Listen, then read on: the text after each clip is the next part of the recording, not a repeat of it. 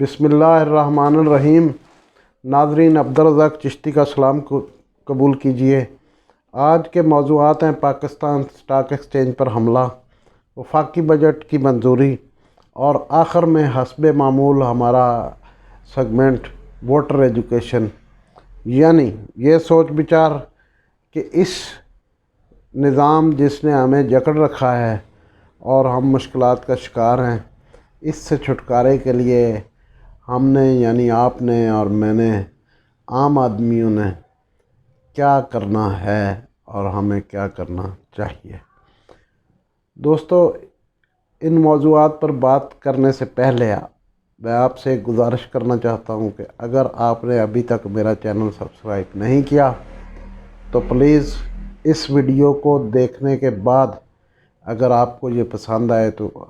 ہمارے چینل کو ضرور سبسکرائب کیجئے اور ہماری حوصلہ افزائی کیجئے تاکہ ہم آپ کی خدمت میں حاضر ہوتے رہیں اور نئے نئے موضوعات پر بات کرتے رہیں۔ تو ہم آج بات کرتے ہیں پاکستان اسٹاک ایکسچینج پر حملے کی۔ ناظرین، پیر کی صبح دہشت گردوں نے پاکستان کے معاشی ہب کراچی میں پاکستان کی سب سے بڑی اسٹاک ایکسچینج کی بلڈنگ پر حملہ کیا، اور یہ حملہ جیسا کہ آپ لوگ سن چکے ہوں گے مین اسٹریم میڈیا پر بھی، 8 منٹ کے اندر اندر ہمارے بہادر سپاہیوں نے، ہمارے بہادر سیکورٹی گارڈز نے اور جوانوں نے اور اس ملک سے محبت کرنے والے عام آدمیوں نے، معمولی تنخواہیں حاصل کرنے والے سیکورٹی گارڈز نے ناکام بنا دیا۔ ہم سب سے پہلے ان کو خراج عقیدت پیش کرتے ہیں اور ہم حکومت سے مطالبہ بھی کرتے ہیں کہ وہ غریب سیکورٹی گارڈ جو 10-10، 15-15، 18-18، 20-20 ہزار روپے پر جو ہے تنخواہ لے کر 20-20 گھنٹے ڈیوٹیاں دیتے ہیں ہمارے اداروں کی حفاظت کے لیے، ان شہداء کے بچوں کی پوری زندگی کی کفالت جو ہے وہ اپنے ذمے لیں اور ان کی زیادہ سے زیادہ جو ہے، بلکہ پاکستان آرمی کا جو شہداء پیکج ہے ہم سمجھتے ہیں کہ اس کے مطابق ان کی مدد کی جائے، کیونکہ اگر آج خدا نخواستہ یہ حملہ ناکام بنانے میں ہمیں کامیابی نہ ملتی اور یہ دہشت گرد اسٹاک ایکسچینج بلڈنگ کے اندر داخل ہو جاتے تو پھر نہ جانے ہمیں کن کن مطالبات کا سامنا کرنا پڑتا اور ہماری دنیا میں کتنی سبکی ہوتی۔ ہم امید رکھتے ہیں کہ وزیر اعظم پاکستان عمران خان اس حوالے سے خصوصی دلچسپی لے کر ان شہداء کے ورثاء کے لیے خصوصی پیکج کو اناؤنس کریں گے۔ حملہ آوروں کی شناخت ہو چکی ہے اور ان کے سرپرستوں کی تلاش بھی جاری ہے۔ امید ہے کہ ہماری ایجنسیاں ان کے سرپرستوں تک پہنچ جائیں گی، لیکن یہ ثابت ہو گیا ہے کہ جو لوگ اس حملے میں استعمال ہوئے ہیں ان کے وکیل وہی لوگ ہیں جو حسینہ واجد سے جا کر تمغے وصول کرتے ہیں، جن لوگوں نے اس ملک میں مسنگ پرسنز کا ایک شور مچا رکھا ہے۔ اور ابھی حال ہی میں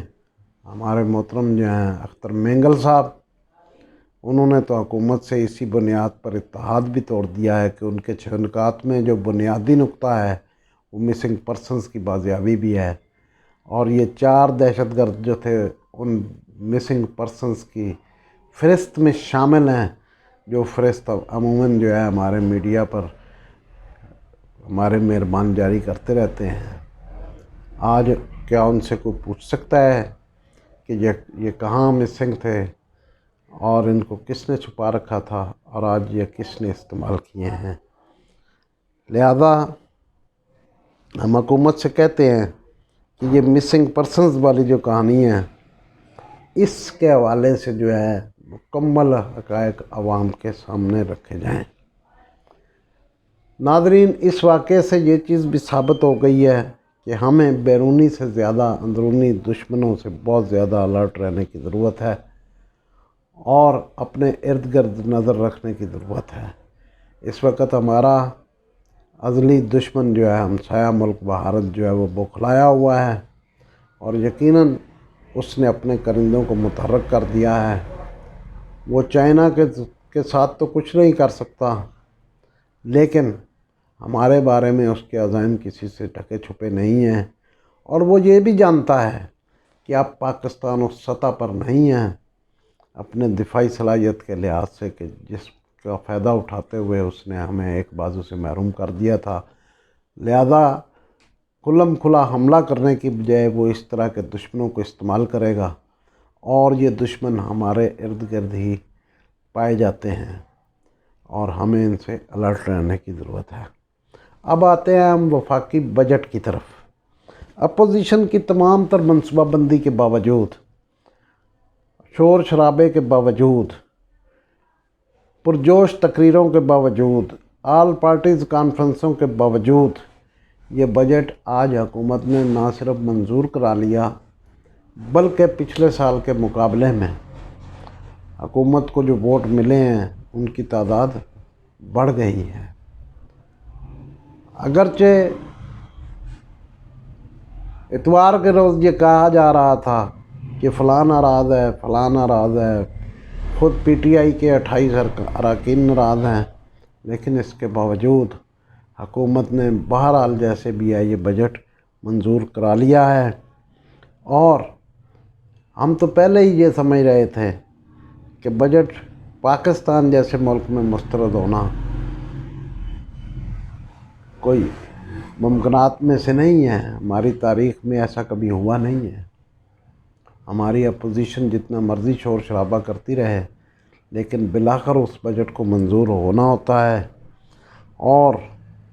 یہ بجٹ نہ پہلے کبھی تاریخ میں مسترد ہوا قومی اسمبلی میں، نہ اب ہونا تھا، اور اسی طرح نہ پہلے کبھی بجٹ میں عوام کو کچھ ملا نہ اس وقت ملنا تھا، اور خاص طور پر کیسے ملنا تھا؟ ایسے حالات میں کہ جب دنیا بھر کی مشتیں ڈوب رہی ہوں تو حکومتیں جو ہیں اس کے باوجود ہمیں جو ہیں وہ ریلیف دے۔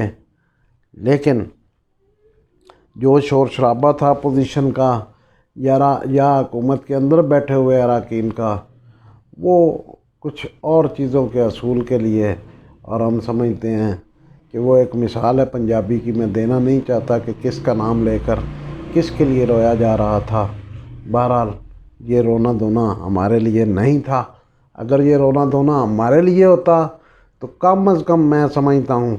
کہ اپوزیشن کی جماعتیں ہوں یا خود پاکستان تحریک انصاف کے ناراض اراکین ہوں، ان کی طرف سے اس بجٹ کی حمایت کو صرف ایک مطالبے سے ہی اگر مشروط کر دیا جاتا کہ جناب حکومت اگر ملازمین کی تنخواہوں میں کچھ اضافہ کر دے تو ہم جو ہے سارے کے سارے بالاتفاق اس بجٹ کو منظور کر لیں گے، تو ہمیں پتہ چلتا ہے کہ یہاں لوگوں کو درد ہے،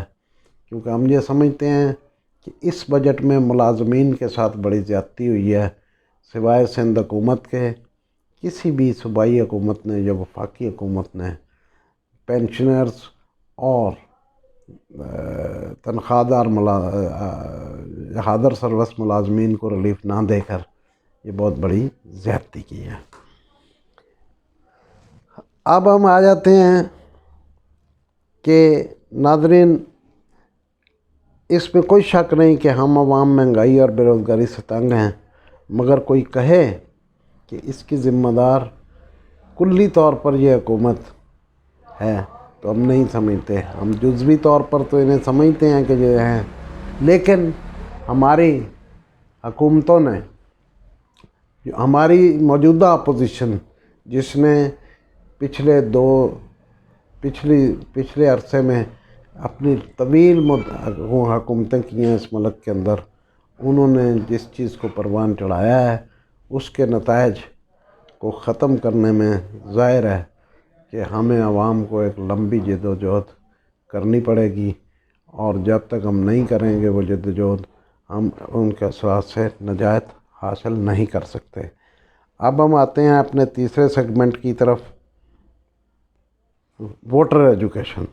تو ناظرین، پہلے مجھے اور آپ کو اور ہم میں سے ہر ایک کو اپنے ارد گرد کے لوگوں کو سمجھانا اور قائل کرنا ہے کہ ان روایتی جاگیرداروں، سرمایہ داروں اور تاجر ذہنیت کے سیاستدانوں کے بجائے ہمیں اپنے میں سے ہی اپنے جیسے لوگوں کو آگے لانا چاہیے اور پیسے کی سیاست کو مسترد کر دینا چاہیے۔ یقیناً ہم بدلیں گے تو پاکستان بدلے گا، وگرنہ یہ جو مافیاز ہیں جن کا بار بار ذکر حکومت بھی کرتی ہے اور اپوزیشن بھی کرتی ہے، لیکن حقیقت اور افسوسناک حقیقت یہ ہے کہ یہ تاجروں کا مافیا ہو، یہ چینی والوں کا مافیا ہو، یہ سیمنٹ والوں کا مافیا ہو، یہ آٹے والوں کا مافیا ہو، یہ گندم اور آٹے والوں کا مافیا ہو، جو مافیا بھی ہو، وکلاء کا مافیا ہو، ادویات والوں کا مافیا ہو، یہ سارے مافیے جو ہیں یہ ہم نے بڑی محنت کے ساتھ ہمارے ان حکمران اشرافیہ نے بنائے ہیں، اور یہ ان کی اصل سپورٹ ہے، اور یہ مافیاز ان کے اصل فنانسرز ہیں، اور ان سے جان یہ نہیں چھڑا سکتے، لیکن ہم عوام ان سے جان چھڑا سکتے ہیں اپنے آپ کو منظم کر کے۔ آپ نے دیکھا ہوگا،